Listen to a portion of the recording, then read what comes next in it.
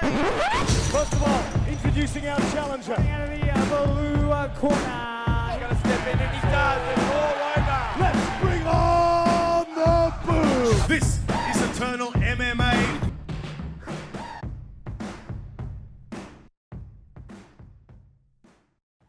All right, everybody, welcome back to another edition of the Eternal Insiders Podcast, now powered by Ladbrokes, the official partner for Eternal MMA in 2025. And with that, let us welcome in today's guest. He was victorious and successfully defended his title for the very first time when he defeated Taser Malone at Eternal 92. You know who it is, Freestyle MMA's own, the consensus best featherweight in the country right now, Sebastian Szalay. Brother, so good to have you back. I know we only talked, a couple of weeks ago, just before you made the march for this one. Good to have you back. How are things with you, brother? Successful title defense in the books. Things have got to be feeling good for you right now. Yeah, thanks for having me on again, brother. It's always good to be on. And yeah, everything's been sweet. Can't complain. Been happy. No injuries. All good. Ready to go. Feeling good. It was a good weekend. No injuries. That's got to be rare across 5 rounds, man. I mean, we just talked a bit about this off camera before we started recording, just saying like what an epic title fight that was. Just, you know, both you guys, tremendous performance. Obviously yourself coming out on top, keeping the featherweight strap, but no injuries. Clean bill of health. Yeah, a couple of bit of bruises and that, but, you know, that's to be expected. Other than that, I'm good. We're all good. We're all sweet. Yeah. I love it, brother. Like I said before we started this one here, just an absolutely epic title fight, man, especially just from like a technical perspective. Like this was just such like a fascinating matchup from so many different angles, just 2 completely different styles of fighters, like coming in like sort of 2 guys at sort of different phases of their career. You know, yourself looking to sort of go on to the next level, and the new up and coming line in Taser Malone, and you just gave us like everything from bell to bell, man. So incredibly enjoyable. I know that you would have been hunting the finish. I know you're so close to the finish on so many occasions, and that's the way you'd like to get it done. But look, from the fans' perspective, can you appreciate it from that side? Like your thoughts on the fight as a whole, man. It goes 5 rounds. Can you appreciate it from that perspective? Yeah, look, I went out there. I did say I wanted to go for the finish, and I was looking for it for sure. And I didn't expect it to go past the 3rd round. After that, I was like, yep, this could be done. In my head, I was like, I've got this in the bag. But all credit to Taser. You know, that's why when you have a good opponent, they bring a good game. And he did, man. He was tough. Like, honestly, it was a good match, and then had to test me a little bit in some areas. And yeah, look, when it got fight of the night, I was very happy. You know, it's good to hear that. And I was just happy with the overall positivity of the fight and everything like that. So yeah, look, finish would have been good, but hey, good experience as well. And yeah, it was a cracker of a fight. Split decision. Hearing that being read out loud as well, I can only imagine what goes through a fighter's head, especially when it's a close fight. Look, for me personally, I thought it was a bit strange that someone had it the other way. I thought it was fairly clear that you won at least 3 rounds. What was going through your mind, if anything, at that time when you hear Judge 1 has it this way, Judge 2 has it another way? Like, are you thinking in your head like this can't be happening? What's going through your mind at that time? Yeah, man. Like, you know, obviously when you hear that at the end, because in my head I was like, I've got this, easy. And then when I started hearing the judges calling out what was the soon to be that instant split, I was like, oh man, I was like, this doesn't sound good. I was like, but you know, in my head I was like, no way, I got this. Surely, I was like, surely I got it. And when I did, I was like, 4. But you weren't the only one that said. I've had a lot of people message me.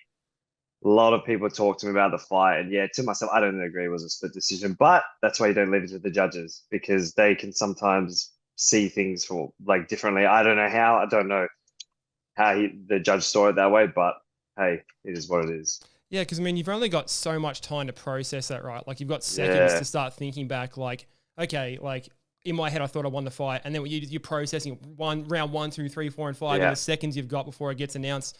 The feeling then of hearing that it's you, and of course, rightfully you. Yeah, 100%. A bigger relief being a split decision. Like, you know, what are sort of the emotions you feel in that time? Yeah, it was. But, you know, in my head, like, from what I heard from everyone else, everyone was saying right after fight it was not a split. And to myself, I knew it wasn't a split. Like, I was like, you know, so the overall perception of the fight felt like, even though the judges read it out that way, the overall perception of the fight, everyone knew I won. I knew I won. So to me, it was just like, okay. Because I still, even when they were calling it out, I was just like, surely I've got this. Surely 2 judges have said I've got it. Like, yeah, come on. I was like, there's got to be. You got to be kidding me. If I didn't, I was like, well, then something's up with this. But yeah, in my head, I was just positive. I was like, even though you hear it sometimes, you're like, oh, okay, can go this and that. But yeah, I was very positive that I had it. We've seen weird decisions being given in the past, but have you watched the fight back since? Yes, I have watched the fight back. Yeah, I do. Sometimes some people watch it once, sometimes you watch it a million times. Like when you watch it, I've watched it a few times. Watched it a few times. That's a big fight to watch Again, back. I like to watch. Yeah, I like to watch as well what I can improve, what I can, get back to the drawing board and everything like that. So I have watched it a few times. Yeah. First one from that, did you have any different thoughts compared to what you might have had on the night in terms of how many rounds you might have won, where you might have won decisively? Like, what do you think in terms of how many rounds you won? 3, 4 rounds? I think 1 and 2 definitely mine. Yep. I think 3 was close. Yep. So it was like, okay, but still I think it could have given to me. Yep. 4 was definitely his, yep. and 5 was mine. That's the way I looked at it. Sure. And sort of, the other thing on that too, like watching the fight back, you said there you like to watch the fight back and sort of see, where you could have done things differently. I think you said in the post-fight speech as well that there was some things that you could have capitalized on to maybe get the job done sort of at the time. Like what did you sort of pick apart when you watched the fight back? Just again, some of the finishing sequences, I believe, when I did hurt him in those early rounds, especially when I nailed a couple of those body shots, what I could have done after to get the job done. There were probably certain techniques, certain things I could have used that actually could have worked. I could have held back and pulled back a little bit more on certain things like that, where use more kicks, everything like that. In those moments when, especially credit to Taser, because when you get hit with the body like that, and I did hit him a few times during the fight, I was like, oh, like he can only take that much of this, and I was like, I'm getting the momentum here, so I was like, I've got this. But credit to him. That's why sometimes you don't unload your gun fully, because some people just don't go, and they can use that momentum to come back a little bit towards the end. And that's what he did. So he used that little bit of momentum as he went past the third and used that, and that was interesting because it kind of was going this way, and then it kind of swayed a little bit back to his, and then I came back up that way.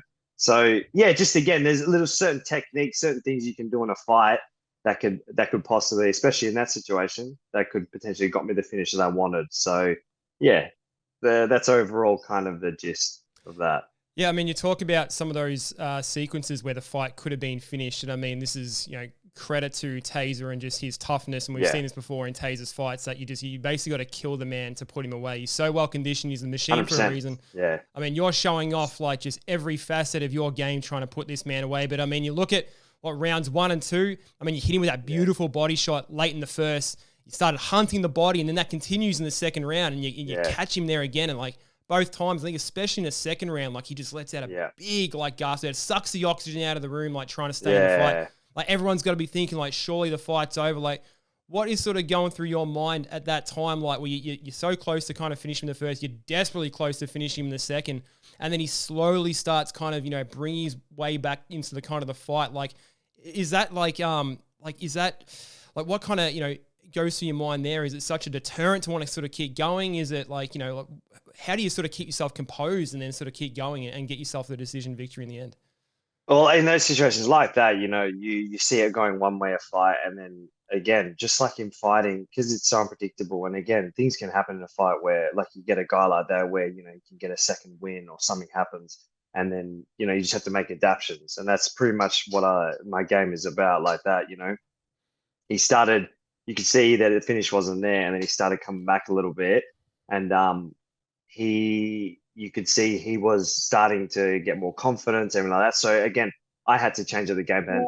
Also, there was a part in the fight round 3 where I got a little bit tired as well. He nailed me with, when I heard him, he nailed me with a couple of teep kicks, and they were quite effective when I was coming in, because I was going to empty the clip out on him, and he hit me with a couple of teep kicks. So that actually brought it out of me a little bit, actually zapped me a little bit. So then I had to conserve my energy. So it's a game of just balance there, and then it came to the 5th round where I was like, okay, I got to mix it up a little bit, use more wrestling here. And I knew the possibility of the wrestling, he wouldn't expect it. And also it would drain him as well. I knew if I could zap him a little bit with the wrestle, then more opportunities were open up to hit him with shots and crack him. And then that's what happened in the 5th. I dropped him again in the 5th. So it's just, you can't, again, you just staying composed and doing in the training room, all that work in the training room, what I do, that you do it consistently over and over all the time. so that when you get into a fight, things happen,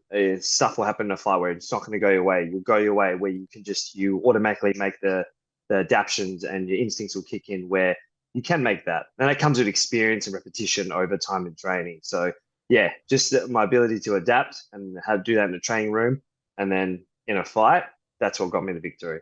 Yeah, I mean, it all comes with experience, both inside the cage and outside the cage, right? 100%. By my calculations, I mean, a couple of title fights that you've been involved in now, and you look through your resume, close to just shy of 2 hours cage time, if my math is correct there. Like already so much cage time, especially in championship rounds and title fight experiences at large. We just talked about that 5th round there and you changing it up a little bit and going to the wrestling, like you said, surprising him, going against kind of like his grappling and wrestling game, which I thought that was just perfect. Like just such a way to kind of change the momentum back in your direction as it was starting to go Taser's way in that 4th round, because he had you on the ground, obviously, at the end of that 4th round. 100%. And then you nailed him with that perfect shot in the 5th as well, and you just, you put the performance over the top. But at the end of that 4th round, is that what you're thinking in terms of the game plan going forward? Was there any specific instruction from your coach, Joe Lopez? Of course, Joe Lopez, one of the greatest coaches in the world at freestyle MMA. What was his message to you at the end of the 4th going into the 5th?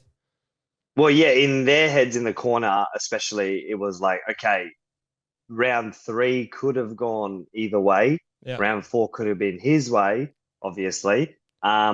We need to change it up as well. And he also said to wrestle more, use your game that way. And so that's let's not assume that we're up. Like, let's cement this. 100%. Again, it was left at a stage where I was like, oh shit, okay, this could now. We got to be smart here. Let's change it up a little bit. So that's what we did from there. So again, we prepare for this. With the camp I have, the team I have, we all have these contingency, these plans where if stuff goes wrong, okay, how can we make an adjustment? Because again, with that 4th round there, I wasn't hurt at all. It was more just I got a bit zapped. I was tired. So when we're in that situation, I knew, especially when I was on the ground and he was giving me a couple of good cracks, in my head I went, shit, okay, we lost this round. And I was like, okay, just don't do anything stupid. Let's get into the 5th. Let's make the adjustments. Let's go from there. Let's get the win. So there was no panic. There was none. It was just like, okay, he got me this one. All right, I gotta make sure I change this up a little bit. Yeah, that's maturity and fight IQ right there, bro. That's going to serve you very well going forward for the rest of your career, no doubt. I've actually asked you this before, but something I was curious on. How do you stay so calm at the start of your fights, man? I mean, you look at most fighters, across the other side of the cage, and there's a lot of that nervous energy, rightfully so, pacing back and forth. Camera cuts to you, and you're just standing there, like you're completely unmoved, like this is the biggest fight in your career to date. Big new arena, or big new venue for Eternal MMA in Sydney. Hunter Campbell sitting cage side, like the stakes are high, man. We know where you want to go for the next step of your career. How are you in that moment able to stay so calm? That's crazy to me, like just seeing that. Like you don't move, you don't blink. There's nothing. Just a picture of calm before a massive title fight. It's incredible. Yeah. Honestly, it's just over years experience of competition and things like that. Yeah, I think it helps me just stay calm, and I know what I got to do. Again, in the training room, all the preparation I do in the training room, everything I do outside of it, it gives me that confidence to be calm and be relaxed and just go out there and do my thing. Show what I've been working on, show what I've been doing, and I as well like to go out there and have fun, and it just to me relaxes me, and I just enjoy the whole experience. I soak it in, I just stay calm, and I just enjoy it. And I suppose that's the only way I can really explain it. So you don't have like a lot of nervous energy like running through you at that time, like. Like again, if to me when the fight gets closer, as we get closer to fights, I get more calm. I get calmer. I just feel more calm. I get comfortable. The calmest I get is right when I'm in a warm-up area, before I go to a fight. I'm calm. I just feel comfortable, and I just know what I got to do, and I just go out there and do my thing. I just treat it as like another day at the office. I was just okay, let's go enjoy it. Let's enjoy this and enjoy the ride and just soak it up. Because it's good fun. Again, like you said, with Hunter Campbell, those guys being there, I knew what was on the line a bit as well, and I really did want to finish Taser. Like I was like, the guys are here. I know what they want, and it irked me a bit after. I was like, oh, I still just wanted that, this and that, and I was a bit like, oh man, that finish was so close. I was looking for it, but it is what it is, and I was like, that's okay. And with the positive feedback I got from it, I was like, you know what, it's all good, and I'll be back. I was like, just enjoy it. I was just have fun. No, I mean, you couldn't have really, I mean, if you don't get the finish, I mean, you certainly punctuated it very well with the incredible round 1 and 2 you had, and then you cap it off towards the end of round 5 where you dropped him, just got the crowd in their feet. 100%. Like, it wasn't like the fight kind of started with a bang and then it kind of petered out and then you kind of just edged your way to a victory and kind of wrapped it up. Like, it was incredibly entertaining. Like, there's been some incredible 5-round title fight main events and Eternal MMA 3-round main events. And this goes into, one of those, man, is one of the best we've ever seen. Wait, speaking of Hunter Campbell, did you know, like, how far in advance did you know that he was going to be there? Of course, UFC was in town for the weekend, so we probably knew that there was people going to be there, but were you aware of his presence a long time before the fight? Like, when did you know? I had a feeling there was talks that someone was going to be there. Yeah. And then when we got there, in the warm-up area, we got told that UFC, like some people from the UFC were there. I didn't know it was Hunter Campbell, to be honest. I found it literally right out. It was funny, actually. When I was in the cage, I turned and I seen him and I went, there's Hunter Campbell. I was like, okay. I remember walking in, I just seen him. That's when I noticed it. And I was like, yeah. But the warm-up area, we got told that people were going to be there. And you could feel it because everyone knew. So it was like, okay, everyone was like, all right, itching at the bit to go. So yeah, it's cool. It's fun. I like it, man. I mean, yeah, stakes are definitely high. Like we said, we know where you are at in this part of your career. You did say the plan was to win the belt, defend it, become the best featherweight in the country, and then go on to be a UFC champion. You've certainly checked at least 3 of those boxes so far. You called for your shot in the UFC, in the post-fight speech in the cage. Did you get any kind of indication from anyone? I don't know if there's anything you can share. Maybe there's things you want to keep close to your chest. Was anyone speaking to you about what's potentially next? Or is it kind of a bit of like, we're just waiting and seeing at this point? What do you know? I spoke to Hunter Campbell after the fight. Yep. He gave us a standing ovation and the fight, so he really enjoyed it. And he spoke to him, and it was a lot of positive feedback. And they said that, keep doing what I'm doing, and we'll keep in touch. So we'll see what happens. At the moment, just waiting to see what's next. Again, look, I'm ready for the next level. I am confident that I'm the guy for it, and I'm ready to go out there and show that I'm one of the best. If I need to, prove again and have fight again on the regional scene, that's fine. I'm going to keep doing what I do. I'm going to show that I belong in the UFC, and I'm going to bust my ass off to show that. So whatever it takes, I'm gonna do. No, you've got the right mentality, man. And whatever comes next, whether we see you here again fighting in Australia for Eternal MMA or whether we see you get a shot overseas with the UFC, just obviously we all wish you all the best and whatever comes next, man. Selfishly, I'd love to see you here, one more time, but I would never dream of saying hey, let's keep him here and keep him out of the clutches of the UFC, because you've certainly earned your shot there, man. You've given us so many great performances already to this point in your career, and Eternal 92 is just like an absolute chef's kiss of a performance across the board. What an incredible fight that was, like we said. When you talk about sort of the UFC and you look forward, you obviously train with one of, if not the greatest featherweight in UFC history, in Alexander Volkanovski. We've obviously got a couple of guys in the UFC in the featherweight division, like our former champion, Jack Jenkins is there, of course, Josh Kulabau, obviously in the featherweight division. Do you allow yourself to kind of look forward and see the featherweights over there in the UFC? And if so, how do you sort of think you stack up against those guys when you look at the top 15 and maybe those guys just outside of it? Where do you see yourself kind of slotting in? Yeah, good question. I believe, I believe when I would put, because when you get in the UFC, you're in the meat grinder, regardless who you can get matched up against, that's the real deal from there. So, we'll wait and see, but I feel like I stack up really well against them. And I know that I've got the skills and I've got the fight IQ. I know I do all the hard work that I can compete with any of those guys in there. Again, with being Volkanovski, a training partner as well, you can you train with a guy like that and you know what it takes to be at that top level. So I believe, I stack up very well against any of them, and I'm ready for whatever challenge in front of me is there. And I'm ready to take it right on. I'm so excited to see what happens. No, incredible pedigree there at Freestyle MMA. Of course, your teammate Justin Van Heerden, another former featherweight champion for Eternal MMA, you going on and taking that belt. Just so much championship experience in a small but just such an elite gym, doing big things. Joe Lopez, of course, in your corner there, just taking you guys to that next level. Of course, we see Colby Thickness going into the UFC and everything now, giving a great account of himself. So many good things happening for Freestyle MMA, and you're the next in that line, man. It's an incredibly exciting time. I appreciate it, man. Of course, man. It's you've earned this, man. So it's absolutely hats off to you. One more before I let you go, mate. I mean, we talk about your future. 12 months from now, February 2025, where do you sort of see yourself? Like, what do you think we're talking about in terms of when Sebastian Szalay's name is mentioned 12 months from now? What do you think we're talking about? Well, I want to see myself in the UFC on the international stage for now. That's my main goal. And then from there, we'll see. Regardless of where I'm at in the stage or what, in the UFC or I'm just getting or whatever it is, I want to be on the international stage. I want to be representing, especially as from where I am a Hungarian.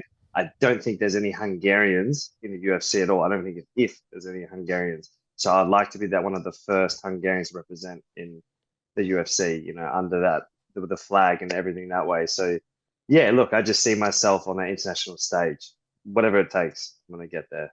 I love it, man. Let's use that card. Let's use the first Hungarian in the UFC because, to my knowledge, there is no Hungarians in the UFC. So let's. I don't think there is. I don't know. Like, I was talking to someone else about it. A Hungarian, one of my friends, and then he was like, "I don't think there's been one." And I'm like, "I don't think there has been either." He goes, "You'd be the first." And I'm like, "All right, let's crack that market. Let's go." Oh yeah, bro. Yeah. I love it, man. Well, like I said, we wish you all the best, man. Congratulations on that epic performance, defending your featherweight title for the very first time. You've more than earned everything that's coming your way, man.